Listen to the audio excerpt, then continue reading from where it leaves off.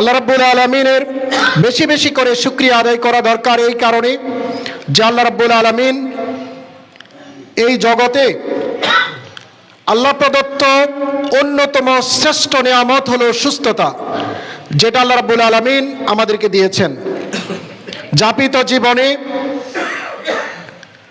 প্রাচুর্যবান অর্থ সম্পদশালী এই জগৎ ব্যবস্থাপনায় মসৃণভাবে নিজের যাবতীয় উপযোগগুলোকে সুন্দরভাবে পরিচালনার জন্য যত ইন্ডিকেটর এবং যত গুরুত্বপূর্ণ উপাদান রয়েছে সবগুলো থাকার পরেও একটা মানুষ যদি সে অসুস্থ থাকে, তাহলে তার ছেলে মেয়ে, সন্তান সন্ততি, সুন্দর কেরিয়ার, মাসের শেষে সুন্দর স্যালারি, বাড়ি ঘর, কৃষিজ জমি, কোনো কিছুই তার কাছে সব কিছুই তার কাছে অর্থহীন হয়ে যায়। এজন্যই সুস্থতা হলো আল্লাহর দেওয়া শ্রেষ্ঠ নিয়ামত। আমাদের বেশি বেশি করে শুকরিয়া আদায় করা দরকার, এই কারণে যে আমরা এখনো বেঁচে আছি। যদি এখন এই সময় আমাদের মৃত্যু হয়, এক একটা মানুষ এক একটা এনসাইক্লোপিডিয়ার মতো, জীবন্ত একটা বিশ্বকোষ।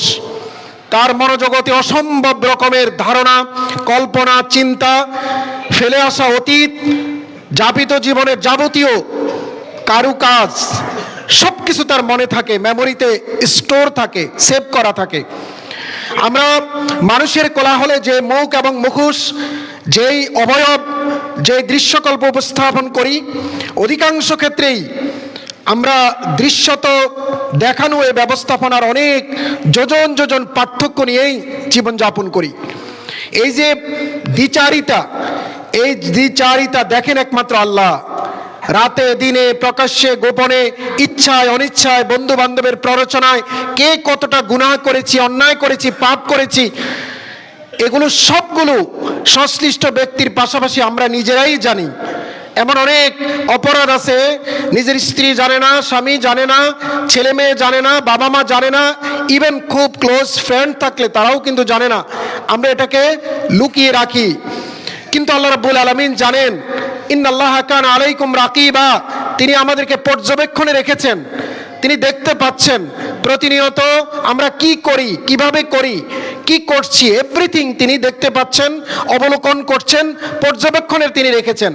মাইক্রোস্কোপ যন্ত্র দিয়ে যেইভাবে নিউ নলেজ অ্যাড করার জন্যে অথবা এক্সিস্টেন্স নলেজের কারেকশনের জন্যে ল্যাবে যেভাবে মাইক্রোস্কোপ যন্ত্র দিয়ে দিনের পর দিন, অনুবীক্ষণ যন্ত্র দিয়ে যেভাবে অবলোকন করা হয়, ঠিক আল্লাহ রাব্বুল আলামিন এর চাইতে শতকোটি গুণ ক্ষমতা সম্পন্ন তার ব্যবস্থাপনা দিয়ে আমাদেরকে দেখতে পান, দেখেন, অবজার্ভ করেন, অবলোকন করেন। এবং সাথে সাথে এক ঝাঁক ফেরেশতা আমাদের কাছে নিয়োজিত রেখেছেন, তারা যাবতীয় সব লিপিবদ্ধ করেন। আমরা ব্যক্তি মানুষ কি করি দিনে রাতে, প্রকাশ্যে গোপনে, সব কিছু আমরা ব্যক্তিগতভাবে সবাই জানি।